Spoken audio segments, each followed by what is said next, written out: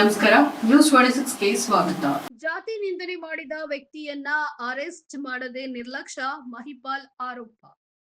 ತಾಲೂಕಿನ ಯಾನಗುಂದಿ ಗ್ರಾಮದಲ್ಲಿ ಜಾತಿ ನಿಂದನೆ ಕುರಿತು ಮುಧೋಳ ಪೊಲೀಸ್ ಠಾಣೆಯಲ್ಲಿ ದಿನಾಂಕ 4/1/2026 ಪ್ರಕರಣ ದಾಖಲಾಗಿದ್ದು, ಇದುವರೆಗೂ ಆ ವ್ಯಕ್ತಿಯನ್ನ ಬಂಧಿಸದೆ ಪೊಲೀಸ್ ಅಧಿಕಾರಿಗಳು ನಿರ್ಲಕ್ಷ್ಯ ಮಾಡುತ್ತಿದ್ದಾರೆ ಅಂತ ದೂರಿದ್ದಾರೆ.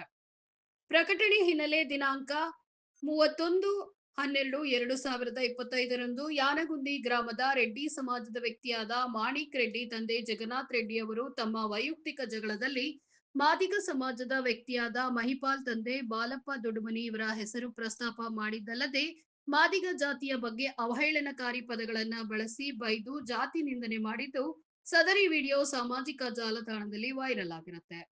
ವಿಡಿಯೋ ನೋಡಿದ ಸೇಡಂ ಮಾದಿಗ ಸಮಾಜ ಮುಖಂಡರಾದ ಮಾರುತಿ ಮುಗಟಿಯವರು ಆಕ್ರೋಶಗೊಂಡು ಮುಧೋಳ ಪೊಲೀಸ್ ಠಾಣೆಯಲ್ಲಿ ದೂರು ನೀಡಿ ಎಫ್ಐಆರ್ ದಾಖಲು ಮಾಡಿರ್ತಾರೆ.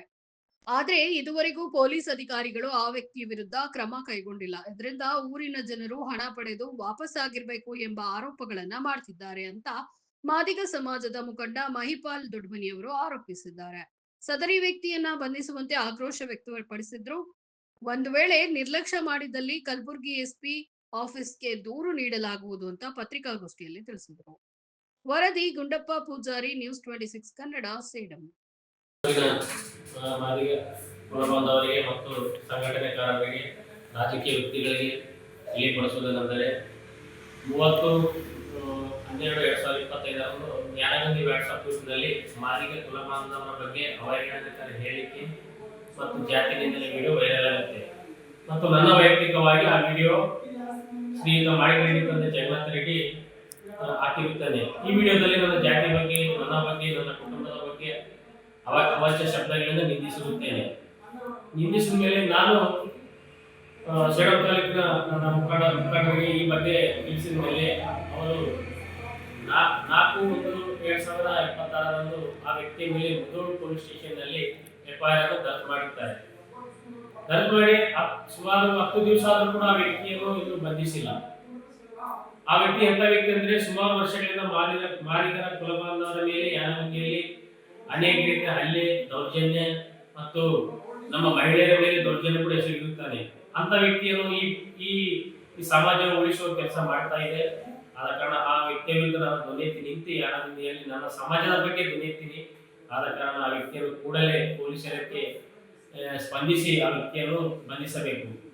ಇಲ್ಲಂದ್ರೆ ಈ ಕುಲಬಾಂಧವರಿಗೆ ನ್ಯಾಯ ಕೊಡಿಸುವಲ್ಲಿ ವಿಫಲ ಎಂದು ನಾವು ತಿಳಿದುಕೊಂಡು ಭಾವಿಸುತ್ತೇವೆ. ಆ ವ್ಯಕ್ತಿಯಿಂದ ನನ್ನ ಕುಟುಂಬಕ್ಕೆ, ನನಗೆ ಬಹಳ ತೊಂದರೆ ಇದೆ. ಆ ವ್ಯಕ್ತಿ ದೌರ್ಜನ್ಯವಾಗಿ ರೋಡಲ್ಲಿ ತಿರುಗಾಡ್ತಾ ಇದ್ದಾನೆ. ಕೇಸ್ ಆದರೂ 10 ದಿವಸ ಆದರೂ ರೋಡಲ್ಲಿ ಆರಾಮಾಗಿ ತಿರುಗಾಡ್ತಾ ಇದ್ದಾನೆ.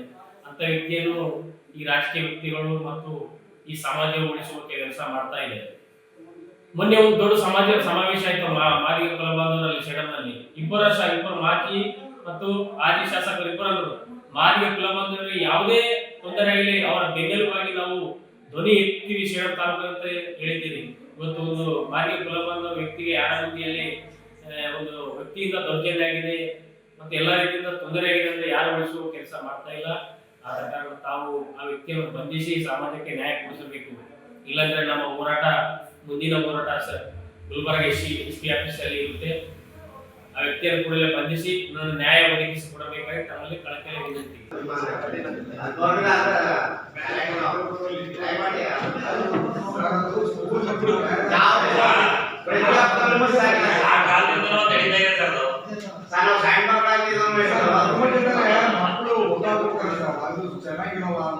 ಶಾರ್ಟ್ ಆದ್ರೆ ದಸರಾ ಮಾಡ್ತೀವಿ, ರಿಸ್ಕ್ ಆಗಲ್ವಾ?